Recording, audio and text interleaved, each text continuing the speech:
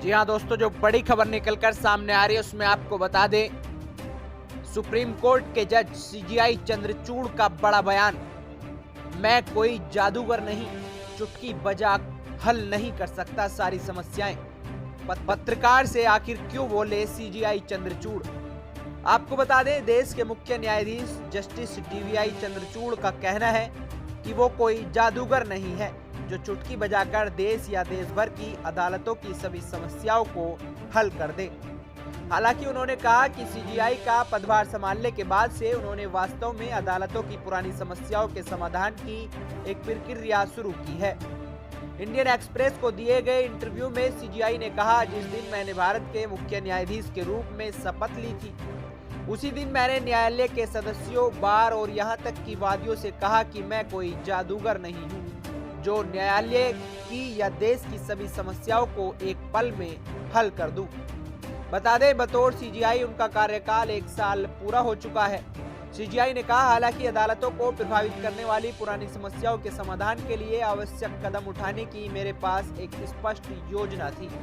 इसलिए पहला काम जो मैंने किया वो था खंडपीठ के अपने सहकर्मियों से परामर्श करना और उनका दृष्टिकोण जानना। सीजीआई ने कहा, इसके अलावा जिन 2 क्षेत्रों में व्यक्तिगत रूप से विश्वास करता हूं कि उनमें तेजी लाने की जरूरत है, वो है प्रौद्योगिकी को अपनाना और संवैधानिक मामलों की सुनवाई। उन्होंने कहा कि न्यायिक पक्ष की बात करें तो 1 साल में करीब 50,000 मामलों का निपटारा किया गया है, जो लगभग उसी अवधि में दायर किए गए मामलों की संख्या के बराबर है। सीजीआई ने कहा, हमें सुनिश्चित किया है कि लंबित मामलों में बढ़ोतरी ना हो। इस संबंध में एक और अहम बात यह है कि हमने महत्वपूर्ण संवैधानिक मामलों की सुनवाई पूरी करने और केस को निपटाए जाने वाले मामलों की संख्या में वृद्धि की है। जस्टिस चंद्रचूड़ ने कहा, मुझे ये भी लगा कि न्यायालय ज्ञान और अवसरों तक पहुंचने को समान बनाने में मदद कर सकता है।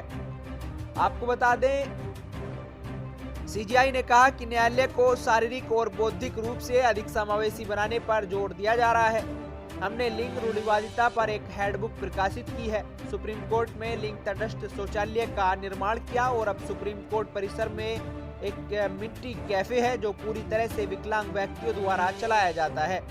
उन्होंने कहा कि सोशल मीडिया ने न्यायपालिका के काम पर बहुत अधिक ध्यान आकर्षित किया है, विशेष रूप से कार्यवाही की लाइव स्ट्रीमिंग से अदालत कक्षों के अंदर क्या होता है और न्यायाधीश क्या करते हैं, इसका व्यापक असर पड़ा है।